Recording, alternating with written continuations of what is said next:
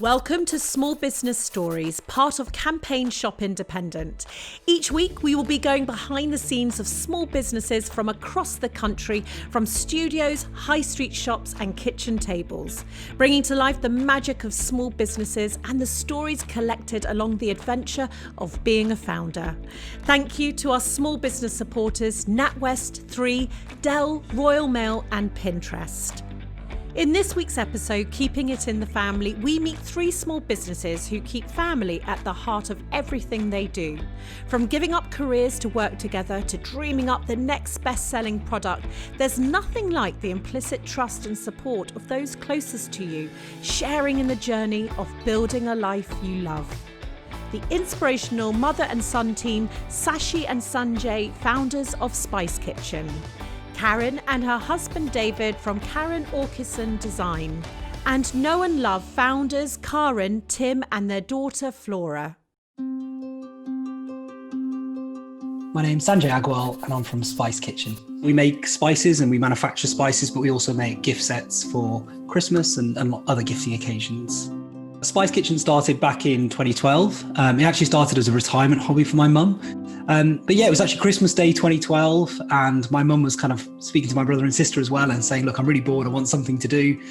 And I came up with this kind of silly idea at the time that she could sell spices, but actually sell it in her traditional Indian spice box. But I took a picture of my mum's tin and obviously it was filled with spices, and I put it on eBay. Didn't think much of it, and then we woke up on Boxing Day and we'd actually sold our first one.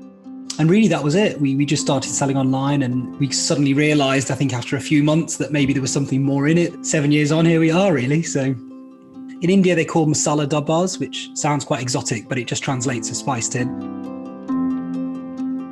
Between 2015 and 2016, we were asked to stock in retailers, which we got really excited about, but sadly we had to say no to them just because we were really out of our depth completely. But again, it planted a seed that maybe our product would work in stores.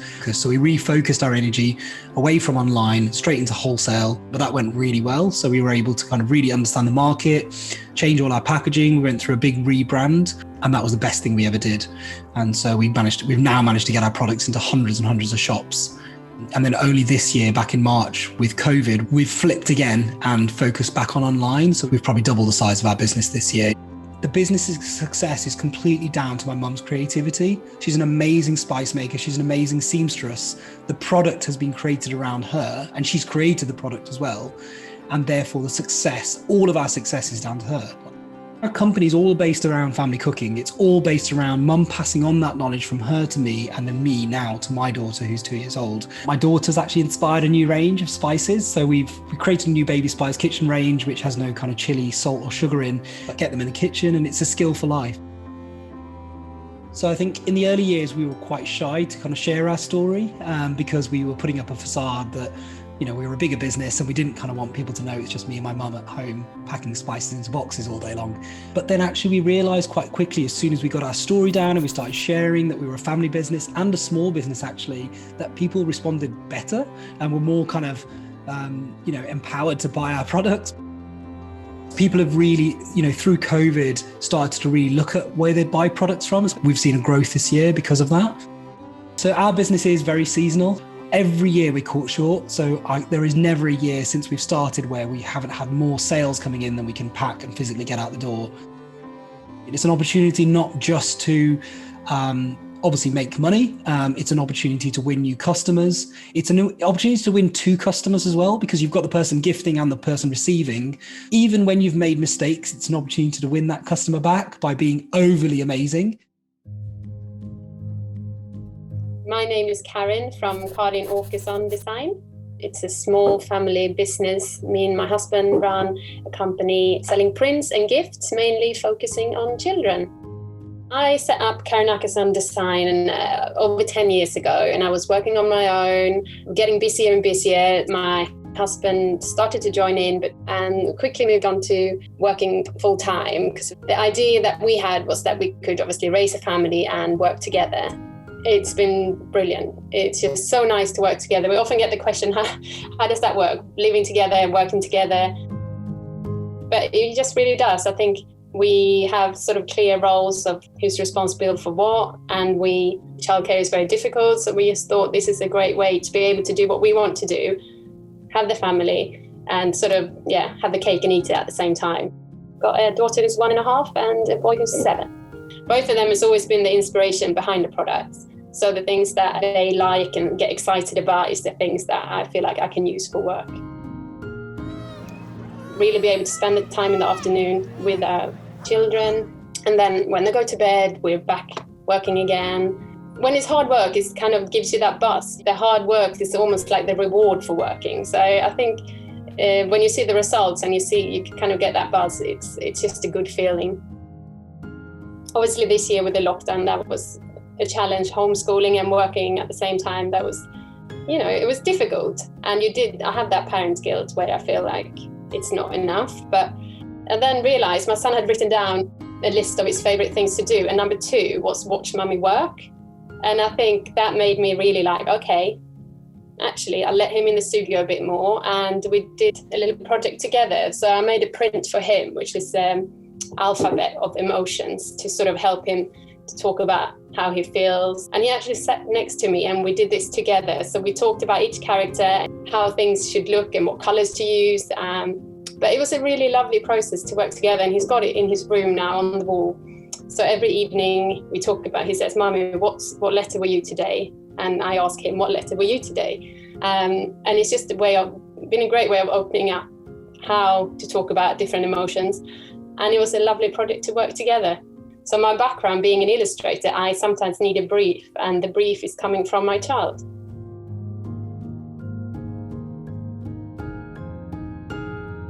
I've learned that it's important to look at how far you come, not always just looking ahead, and look back and appreciate what you got and be happy with the results that you have achieved. And I do remind myself often that this is brilliant, that I'm able to create. I don't know what else I would do. I don't think I could do anything else. It's kind of, you feel like a team. You've got this little family unit and it's him and me and the kids getting through all of this together. If you want to feel rich, think about all the things that you have that you can't buy with money.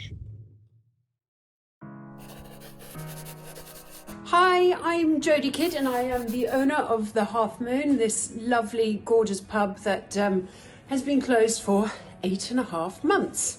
So we have got our big grand opening on Friday. So the poor pub has basically, just been all dark and cold for most of the summer and most of the winter. So it's just so lovely to see. I'll take you through, see the lights on, see all the taps have been all polished again. But anyway, what I wanted to say to everyone is I know it's been a really, really hard year.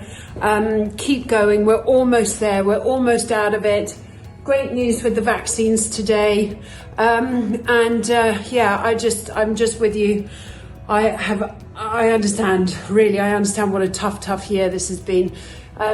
We've just put this thing on, so normally this goes straight to the outdoors, but I just wanted to talk to you a little bit about small independent businesses and companies that have really helped me to achieve this amazing new edition, which is a marquee from Petworth Marquees by a friend of mine called Meg, who's put it up, and she's got this amazing friend called Julian, who's got this company called Cloud Trees, and they've turned this outdoor area into kind of like a magical kind of garden. So you come in and you've got this beautiful cloud olive tree there, and then we've done it like this with a kind of just trees and things, so bringing the outside in. But I couldn't have done it without the amazing support of local companies and businesses, and I just want to say good luck everyone, with the run up to Christmas.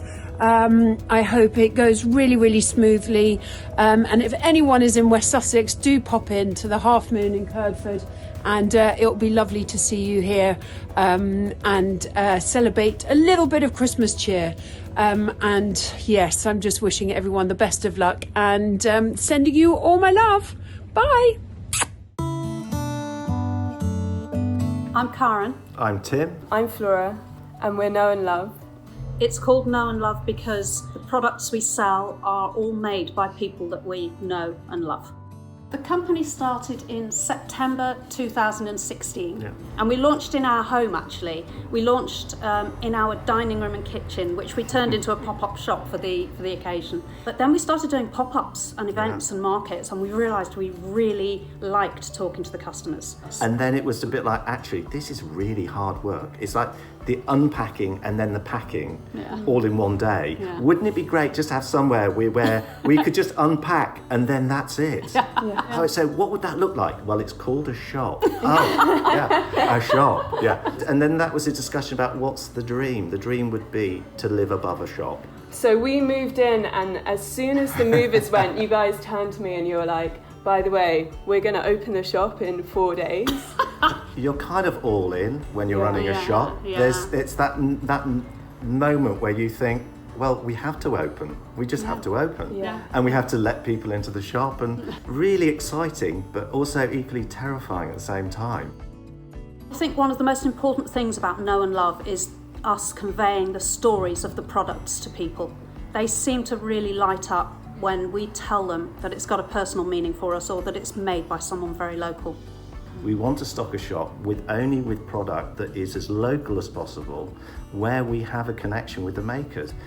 We're amazed at how the public who come in through our doors are really interested in that too. They are actively seeking out products that have more of a connection and more of a meaning for them. When we first moved in, spent 2 days setting up, looked really good. We were quite nervous opening the doors for the first time.